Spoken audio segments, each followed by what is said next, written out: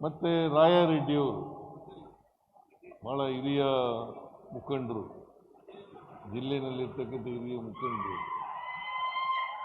ಅನೇಕ ವಿಚಾರಗಳನ್ನು ನಿಮ್ಮ ಮುಂದೆ ಪ್ರಸ್ತಾಪ ಮಾಡಿದ್ದಾರೆ.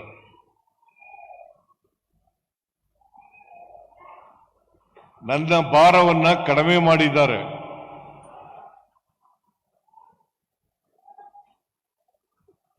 ಹಾಗಾಗಿ ನೀವೆಲ್ಲರೂ ಅರ್ಧ ಗಂಟೆ ಕೂತ್ಕೊಂಡ್ರೆ ನಾನು ಮಾತಾಡ್ತೇನೆ. ಬಹುಶಃ ನೀವೆಲ್ಲ ಕೂತ್ಕೋತೀರಿ ಅಂತಕ್ಕಂಥದ್ದು ನನ್ನ ಭಾವನೆ. ನಾನು ಯಾವಾಗ ಕೊಪ್ಪಳಕ್ಕೆ ಬಂದರೂ ಕೂಡ ಅಪಾರವಾದಂಥ ಪ್ರೀತಿಯನ್ನ, ಅಭಿಮಾನವನ್ನ ಕೊಪ್ಪಳ ಜಿಲ್ಲೆಯ ಜನ ತೋರಿಸ್ತಾರೆ. ಅದಕ್ಕಾಗಿ ಕೊಪ್ಪಳ ಜಿಲ್ಲೆಯ ಎಲ್ಲ ಜನತೆಗೆ ಮತ್ತೊಮ್ಮೆ ಮಗದೊಮ್ಮೆ ನಮಸ್ಕಾರಗಳನ್ನು ಹೇಳಲಿಕ್ಕೆ ಬಯಸ್ತಾ ಇದ್ದೇನೆ. ನಾನು ಈ ಜಿಲ್ಲೆಗೆ ಬಂದಾಗ ಮೈಸೂರು ಜಿಲ್ಲೆಗೆ ಹೋದಾಗ ಎಷ್ಟು ಸಂತಸ ಆಗ್ತದೋ ಅಷ್ಟೇ ಸಂತಸ ಕೊಪ್ಪಳಕ್ಕೂ ಬಂದಾಗ ಆಗ್ತದೆ ಅಂತಕ್ಕಂಥ ಮಾತುಗಳನ್ನು ಬಯಸ್ತಾ ಇದ್ದೇನೆ. ಕಾರಣ ಯಾಕಪ್ಪ ಅಂತಂದ್ರೆ ಮೈಸೂರು ಇಲ್ಲಿಂದ ಸುಮಾರು 300 ಕಿಲೋಮೀಟರ್ ಅಂತರ ಇದೆ. 300 ಕಿಲೋಮೀಟರ್ ಅಂತರ ಇದೆ. ಅಲ್ಲಿಂದ ಬಂದು ಕೊಪ್ಪಳದಲ್ಲಿ ಲೋಕಸಭೆಗೆ ಸ್ಪರ್ಧೆ ಮಾಡಿದ್ದೆ 1991ರಲ್ಲಿ. 1990ರಲ್ಲಿ ಬಹುಶಃ ಇಲ್ಲಿ ಕೂತಿರ್ತಕ್ಕಂಥ ಅನೇಕ ಜನ ಕೆಲಸ ಮಾಡಿದ್ದಾರೆ. ಧೋತಿಹಾಳ್, ಆಮೇಲೆ ಪಟೇಲ್, ಬಸೆಟ್ಟಪ್ಪ, ನೀವೆಲ್ಲ ಇನ್ನೂ ಸಣ್ಣ ಹುಡುಗರು, ರಾಯಾರೆಡ್ಡಿ, ಶಿವರಾಜ್ ತಂಗಡಿಗೆ ಇರಲಿಲ್ಲ, ಅಮರೇಗೌಡ, ಅಂಪನಗೌಡ ಬಾದರ್ಲಿ, ಆಮೇಲೆ ಇವರಪ್ಪ ಇದ್ರು ಬಯಾಪುರ ಅವರಪ್ಪ. ಇವರೆಲ್ಲರೂ ಕೂಡ ಈ ಜಿಲ್ಲೆಯವನೇ ಅಭ್ಯರ್ಥಿ ಆಗಿದ್ದಾರೆ ಅಂತೇಳಿ ನಾನು ಹೊರಗಡೆ ಜಿಲ್ಲೆಯವನಾದರೂ ಕೂಡ ನಿಮ್ಮ ಅಭ್ಯರ್ಥಿಯಾಗಿ ಮಾಡಿಕೊಂಡು ನನಗೆ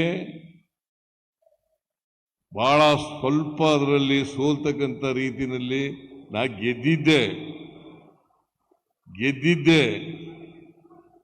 ಆದರೆ ಕೌಂಟಿಂಗ್ನಲ್ಲಿ ಸೋತೆ.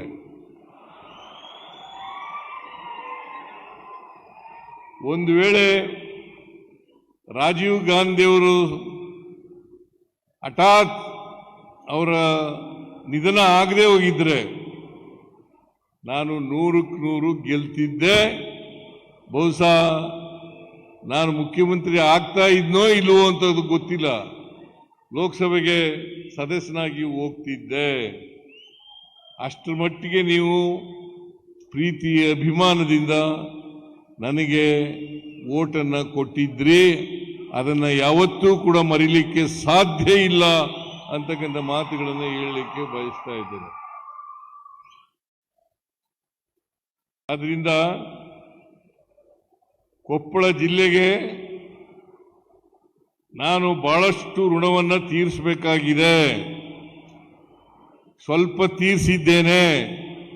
ಇನ್ನು ಮುಂದಿನ ದಿನಗಳಲ್ಲಿ ಉಳಿದ ಋಣವನ್ನು ಕೂಡ ತೀರಿಸ್ತಕ್ಕಂಥ ಕೆಲಸವನ್ನ ಮಾಡ್ತೇನೆ ಅಂತಕ್ಕಂಥ ಮಾತುಗಳನ್ನು ಹೇಳಲಿಕ್ಕೆ ಬಯಸ್ತಾ ಇದ್ದೇನೆ.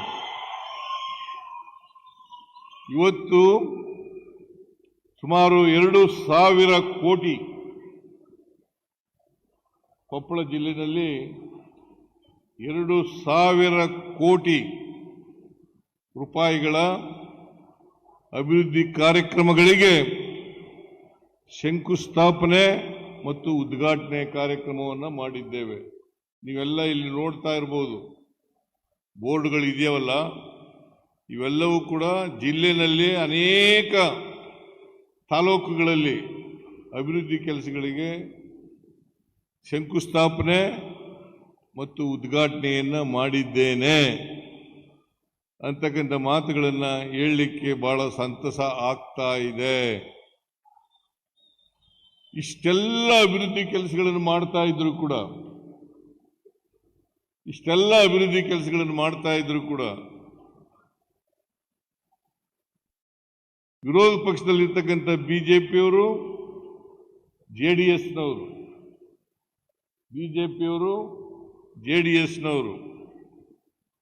ಏನೂ ಅಭಿವೃದ್ಧಿ ಕೆಲಸಗಳಾಗ್ತಾ ಇಲ್ಲ. ಗ್ಯಾರಂಟಿ ಯೋಜನೆಗಳನ್ನ ಜಾರಿ ಕೊಟ್ಟ ಮೇಲೆ ಸರ್ಕಾರದಲ್ಲಿ ದುಡ್ಡಿಲ್ಲ,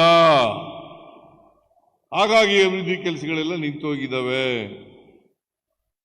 ನಾನು ಅನೇಕ ಸಾರಿ ಹೇಳಿದ್ದೇನೆ, ಯಾವುದಾದರೂ ನಾನು ಜಿಲ್ಲೆಗೆ ಹೋದಾಗ ಕಾರ್ಯಕ್ರಮಕ್ಕೆ ಬರ್ರಿ, ನಿಮಗೆ ಗೊತ್ತಾಗ್ತದೆ. ಇವತ್ತು ಗ್ಯಾರಂಟಿ ಯೋಜನೆಗಳಿಗೆ ಹಣ ಖರ್ಚು ಮಾಡಿ ದುಡ್ಡಿಲ್ಲದೆ ಹೋದರೆ 2,000 ಕೋಟಿ ರೂಪಾಯಿಗಳ ಅಭಿವೃದ್ಧಿ ಕೆಲಸಗಳನ್ನ ಕೊಪ್ಪಳ ಜಿಲ್ಲೆಯಲ್ಲಿ ಮಾಡಲಿಕ್ಕೆ ಸಾಧ್ಯ ಆಯ್ತಿತ್ತಾ? ನೀವೇ ಉತ್ತರ ಕೊಡಬೇಕು. ವಿರೋಧ ಪಕ್ಷದವರಿಗೆ ನೀವೇ ಉತ್ತರ ಕೊಡಬೇಕು. ಇವತ್ತು ಗ್ಯಾರಂಟಿ ಯೋಜನೆಗಳಿಗೆ ಸುಮಾರು 1 ಲಕ್ಷ ಕೋಟಿ ರೂಪಾಯಿಗಳನ್ನ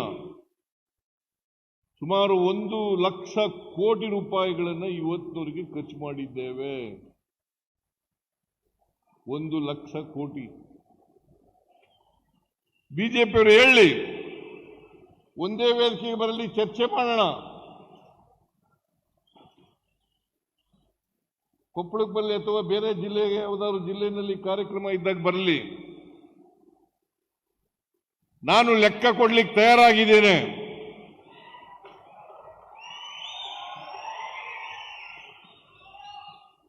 ಇವತ್ತು 1 ಲಕ್ಷ ಕೋಟಿ ಗ್ಯಾರಂಟಿ ಯೋಜನೆಗಳಿಗೆ ಚಾಲನೆಯನ್ನು ಇವತ್ತು ಜಾರಿಯನ್ನ ಕೊಟ್ಟಿದ್ದೇವೆ, ನಾವು ಖರ್ಚು ಮಾಡಿದ್ದೇವೆ.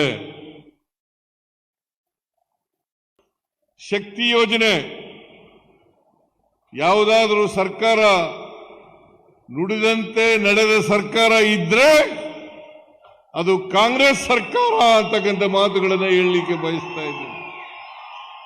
ನುಡಿದಂತೆ ನಡೆದ ಸರ್ಕಾರ ಯಾವುದಾದ್ರು ಇದ್ರೆ ಅದು ಕಾಂಗ್ರೆಸ್ ಸರ್ಕಾರ, ಸಿದ್ದರಾಮಯ್ಯನವರ ನೇತೃತ್ವದ ಸರ್ಕಾರ ಅಂತಕ್ಕಂಥ ಮಾತುಗಳನ್ನು ಹೇಳಲಿಕ್ಕೆ ಬಯಸ್ತಾ ಇದ್ದೇನೆ. ಇವತ್ತು 2013ಕ್ಕಿಂತ ಹಿಂದೆ ಕೊಪ್ಪಳ ಹೆಂಗಿತ್ತು, ಇವತ್ತು ಹೆಂಗಿದೆ ಕೊಪ್ಪಳ? ಇದಕ್ಕೆಲ್ಲ ಯಾರು ದುಡ್ಡು ಕೊಟ್ಟವರು? ಅಭಿವೃದ್ಧಿಗೆ ದುಡ್ಡು ಕೊಟ್ಟವರು ಯಾರು ದುಡ್ಡು ಕೊಟ್ಟವರು? ಬಿಜೆಪಿಯವರು ಕೊಟ್ಟಿದ್ರ? ಕುಮಾರಸ್ವಾಮಿ ಕೊಟ್ಟಿದ್ರ? ಅವ್ರ ಕಾಲದಲ್ಲಿ, ಬಿಜೆಪಿಯವರ ಕಾಲದಲ್ಲಿ ಒಂದೇ ಒಂದು ಅಭಿವೃದ್ಧಿ ಕೆಲಸ ಮಾಡಲಿಲ್ಲ. ಜಮೀರ್ ಅಹಮದ್ ಖಾನ್ ಹೇಳ್ತಾ ಇದ್ರು ಈಗ ತಾನೆ, 4 ವರ್ಷ ಅಧಿಕಾರದಲ್ಲಿದ್ರು, 4 ವರ್ಷಗಳಲ್ಲಿ ಒಂದೇ ಒಂದು ಹೊಸ ಮನೆಯನ್ನು ಕೊಡಲಿಲ್ಲ. ಒಂದೇ ಒಂದು ಹೊಸ ಮನೆ ಕೊಡಲಿಲ್ಲ. ಕುಮಾರಸ್ವಾಮಿ ಅವರ ಕಾಲದಲ್ಲಿ ಹೊಸ ಮನೆ ಕೊಡಲಿಲ್ಲ. ಇವ್ರಿಗೆ ಯಾವ ನೈತಿಕ ಹಕ್ಕಿದೆ ಹೇಳಿ ನೋಡೋಣ? ಇದೇ ನರೇಂದ್ರ ಮೋದಿ ಅವರು, ದೇಶದ ಪ್ರಧಾನಮಂತ್ರಿಗಳು, ರಾಜಸ್ಥಾನದಲ್ಲಿ ಹೇಳಿದ್ರು, ನಾವು ಇದೆಲ್ಲ ಗ್ಯಾರಂಟಿ ಯೋಜನೆಗಳನ್ನು ಘೋಷಣೆ ಮಾಡಿದಾಗ, ಚುನಾವಣೆಗಿಂತ ಪೂರ್ವದಲ್ಲಿ ಘೋಷಣೆ ಮಾಡಿದಾಗ ಹೇಳಿದ್ರು, ಈ ಗ್ಯಾರಂಟಿ ಯೋಜನೆಗಳನ್ನು ಜಾರಿ ಮಾಡಲಿಕ್ಕೆ ಸಾಧ್ಯ ಇಲ್ಲ. ಒಂದು ವೇಳೆ ಜಾರಿ ಮಾಡಿದ್ರೆ ರಾಜ್ಯ ಸರ್ಕಾರ, ಕರ್ನಾಟಕ ಆರ್ಥಿಕವಾಗಿ ದಿವಾಳಿ ಆಗಿಬಿಡ್ತದೆ ಅಂತ ಹೇಳಿದ್ರು. ಇವತ್ತು 2 ವರ್ಷ 4 ತಿಂಗಳಾಯ್ತು ನಾವು ಅಧಿಕಾರಕ್ಕೆ ಬಂದು. 2 ವರ್ಷ 4 ತಿಂಗಳು. ಈ 4 ತಿಂಗಳಲ್ಲಿ 1 ಲಕ್ಷ ಕೋಟಿ ರೂಪಾಯಿಗಳನ್ನ ಗ್ಯಾರಂಟಿ ಯೋಜನೆಗಳಿಗೆ ಖರ್ಚು ಮಾಡಿದ್ದೀವಿ. ನೀವು ಹೇಳಿ, ಕೊಪ್ಪಳದಲ್ಲಿ ಎಷ್ಟು ದುಡ್ಡು ಖರ್ಚು ಮಾಡಿದ್ದೀವಿ? ಶಕ್ತಿ ಯೋಜನೆಗೆ ಎಷ್ಟು ಖರ್ಚು ಮಾಡಿದ್ದೀವಿ, ಅನ್ನಭಾಗ್ಯಕ್ಕೆ ಎಷ್ಟು ಖರ್ಚು ಮಾಡಿದ್ದೀವಿ, ಗೃಹಲಕ್ಷ್ಮಿಗೆ ಎಷ್ಟು ಖರ್ಚು ಮಾಡಿದ್ದೀವಿ, ಗೃಹ ಜ್ಯೋತಿ ಯೋಜನೆಗೆ ಎಷ್ಟು ಖರ್ಚು ಮಾಡಿದ್ದೀವಿ, ಯುವ ನಿಧಿಗೆ ಎಷ್ಟು ಖರ್ಚು ಮಾಡಿದ್ದೀವಿ. ಹೆಚ್ಚಿನ ವಿಡಿಯೋಗಳಿಗೆ ಪ್ರತಿಧ್ವನಿ ಯೂಟ್ಯೂಬ್ ಚಾನೆಲ್ ಸಬ್ಸ್ಕ್ರೈಬ್ ಮಾಡಿ, ಬೆಲ್ ಐಕಾನ್ ಕ್ಲಿಕ್ ಮಾಡಿ.